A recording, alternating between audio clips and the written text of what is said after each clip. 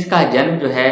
9 जनवरी 1831 ईस्वी को महाराष्ट्र में हुआ था। और आगे चलकर किसी ने यह सोचा भी नहीं था कि यही महिलाएं, जो कि पहली मुस्लिम महिला होगी जो एक टीचर के तौर पर समाज के जो सबसे शोषित वर्ग है,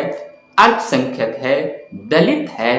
उन लोगों को जो है सावित्री बाई फूले के साथ मिलकर जो है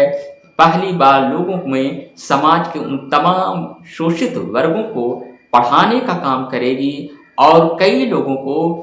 उसके जीवन स्तर को ऊंचा उठाने का प्रयास करेगी। और भारतीय इतिहास में उसका नाम शिक्षा के क्षेत्र में बहुत बड़ा कंट्रीब्यूशन, बहुत बड़ा योगदान के तौर पर जाना जाएगा। जी हाँ, हम बात कर रहे हैं फातिमा शेख की। फातिमा शेख से रिलेटेड टॉपिक ये काफ़ी इम्पोर्टेंट है उन तमाम स्टूडेंट के लिए जो हिस्ट्री से रिलेटेड अपना जो सब्जेक्ट लिए हुए हैं, या फिर ऐसे भी अगर हम जनरल स्टडीज़ के तौर पर देखा जाए तो कई एग्जामों में आ सकते हैं, क्योंकि ऐसे टॉपिक जिसके बारे में लोगों को बहुत कम जानकारी होती है और ये टॉपिक जो है इम्पोर्टेंट है। इसलिए आज हम फातिमा शेख के बारे में थोड़ा डिटेल्स बताने की कोशिश कर रहे हैं। न सिर्फ ये टॉपिक स्टूडेंट के लिए इम्पोर्टेंट है, बल्कि आम पब्लिक के लिए भी ये टॉपिक इम्पोर्टेंट है जो नॉलेजेबल इंफॉर्मेटिव वीडियो देखना पसंद करते हैं। और हमारा चैनल इसी तरह का बेहतरीन टॉपिक लेकर आता है, तो आप लोग जो है इस टॉपिक पर जो हमने ये वीडियो बनाया है, ये वीडियो काफ़ी इम्पोर्टेंट, काफ़ी नॉलेजेबल है। वीडियो को एंड तक जरूर देखिएगा, क्योंकि काफ़ी इंफॉर्मेटिव जो है इंफॉर्मेशन आपको और इस टॉपिक पर मिलेगा। तो आज हम बात कर रहे हैं फातिमा शेख की। फातिमा शेख जो है पहली मुस्लिम महिला थी जो एक टीचर के तौर पर हिंदुस्तान में इस बात के लिए जानी जाती है कि उन्होंने महाराष्ट्र में खासकर 19वीं शताब्दी के शुरुआत में, जब एजुकेशन में ऐसे वर्ग जो समाज के पिछड़े हैं, दलित हैं, अल्पसंख्यक हैं या शोषित समाज हैं, उनमें लड़कियों को पढ़ने के लिए एक तरह से नहीं भेजा जाता था। एक तरह से समाज जो है लड़कियों को पढ़ने पर दिलचस्पी नहीं रखता था, और अगर कोई कोशिश करता था कि दलित और शोषित अल्पसंख्यक वाले महिलाएं और लड़कियां स्कूल में पढ़ने के लिए जाए तो उसका उस दौर में महाराष्ट्र में विरोध होता था। और उसी में जो है सावित्री बाई फूले को भी ऐसा माना जाता है कि जब उन्होंने शिक्षा के क्षेत्र में इन तमाम महिलाओं को, लड़कियों को पढ़ाने के लिए प्रेरित पहली बार किया और यह कदम उठाया, तो उसमें जो है फातिमा शेख ने बढ़ चढ़कर काम किया और दोनों मिलकर इस शिक्षा के क्षेत्र में आगे बढ़ाने के लिए लड़कियों का जो काम किया वो भारतीय इतिहास में काफ़ी इम्पोर्टेंट रोल अदा करता है। और उसमें जो है फातिमा शेख का भी कंट्रीब्यूशन काफ़ी ज़्यादा माना जाता है। फातिमा शेख, जी हाँ, एक ऐसा नाम जिन्होंने जब समाज में वहाँ पर ज़्यादा विरोध होने लगा तो फातिमा शेख और उनके भाई उस्मान शेख ने अपने घर में ही सावित्री बाई फूले को एक स्कूल खोलने का जो है आदेश दिया। और फातिमा शेख, सावित्री बाई फूले दोनों मिलकर उन्होंने जो है लड़कियों को पढ़ाने के लिए समाज के कई जो शोषित लोग थे वहाँ जाती थीं और लोगों को पढ़ाने का काम करती थी। फातिमा शेख जो है 1848 ईस्वी में स्वदेशी पुस्तकालय की स्थापना की थी और सावित्री बाई फूले के साथ मिलकर लड़कियों को पढ़ाने के लिए जागरूक कर रही थी और कई सैकड़ों लड़कियों को पढ़ाने का काम किया। यही जो स्वदेशी पुस्तकालय जो है, ऐसा माना जाता है कि पहला प्राथमिक स्कूल लड़कियों का था देश में, क्योंकि उस दौर में लड़कियों को पढ़ाना समाज का लोग, खासकर जो शोषित और अल्पसंख्यक और दलित वर्ग के लोग हैं, उसको पढ़ने के लिए एक तरह से लोग नहीं चाहते थे।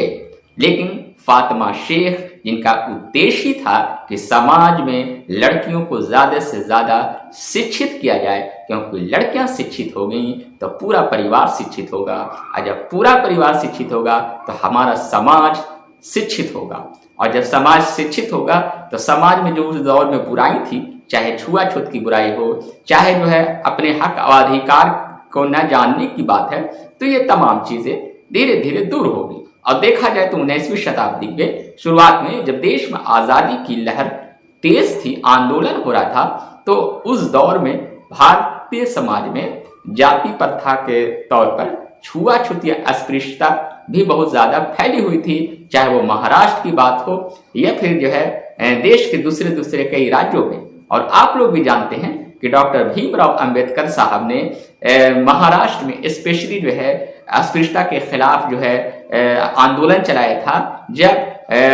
उन्होंने उन दलित लोगों को महाराष्ट्र में जब एक तालाब में पानी पीने के लिए रोक लगाया गया था। उसी तरह से गांधी जी ने भी समाज में जो है